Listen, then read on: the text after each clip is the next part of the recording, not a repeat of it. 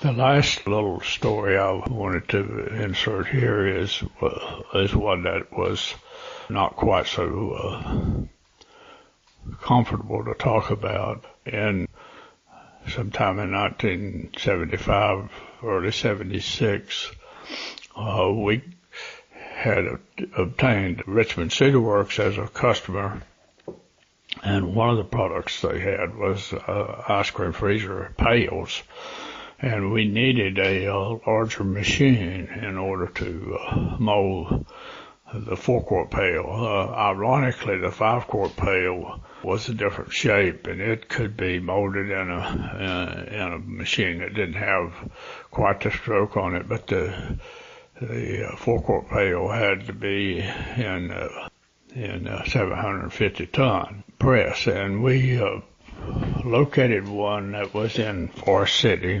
and was for sale. It was a used machine, had quite a few years on it, but it was in pretty good shape.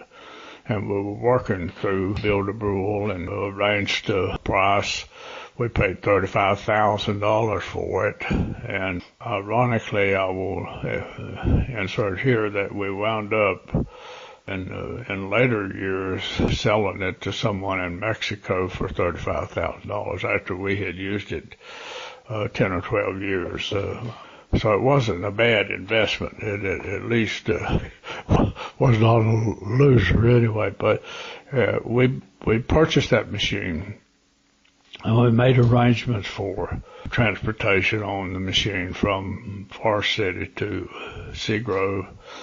It came in on a Friday afternoon, and we had made arrangements with two people from Forest City who worked in the plant where the machine was coming from to unload the machine, and that turned out not to be a very smart move.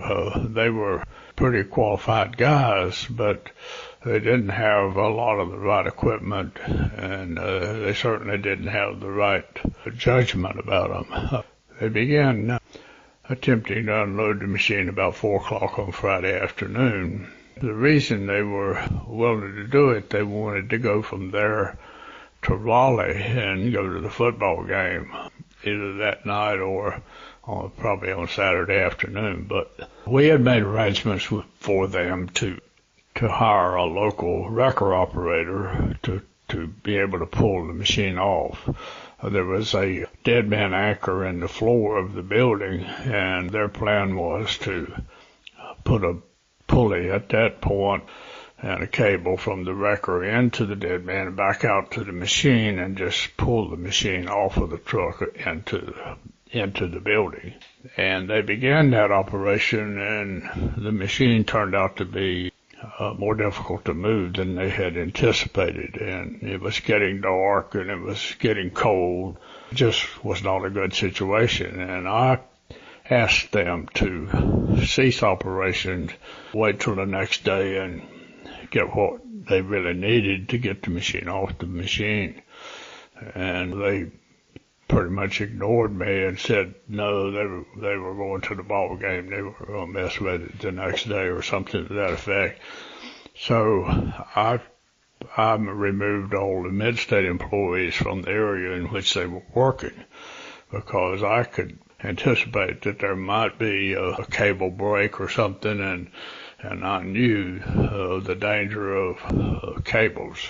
They could clean out the whole area, but take out a bunch of people. And unfortunately, the pulley that they had on the dead man in the floor broke. It came loose from the dead man due to a bolt or something breaking, and it was like a slingshot. And one of the gentlemen that was trying to unload it got hit right in the face with that flying pulley, and it whacked him really good.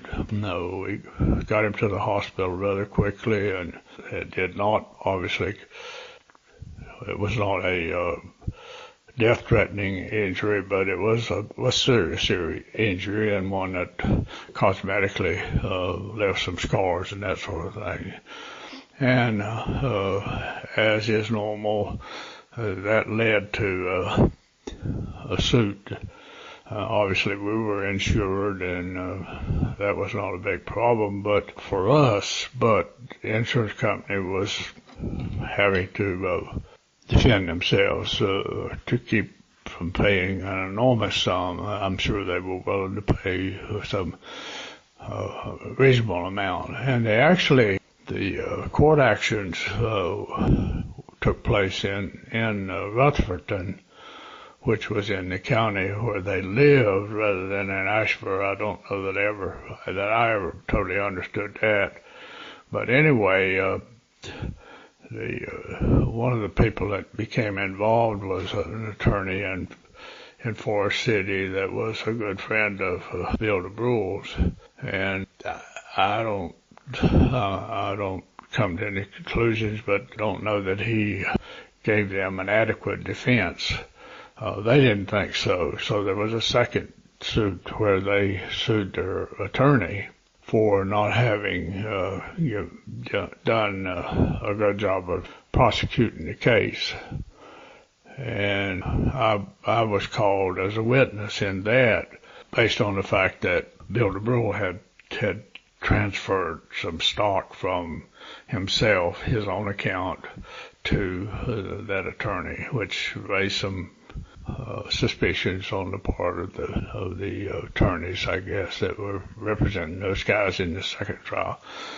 I think there was really no significant action, significant results that came out of it. I think the guy was compensated, certainly his medical bills were paid for and that sort of thing. But one of the things that I learned from it, and beginning on Saturday after the accident occurred, we called Guy M. Turner in Greensboro, who was a reputable firm in the business of unloading and setting up machinery.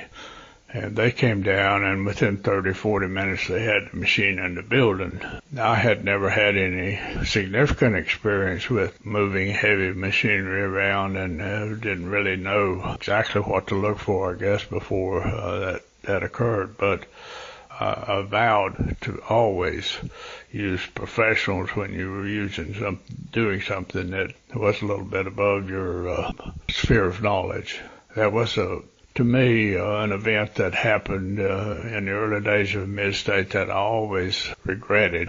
It could very well have taken the man's life, and I had no reason to rejoice over that. In fact, I continually reminded myself over the years to be careful, evaluate the situation, and let the professionals do what is required of them.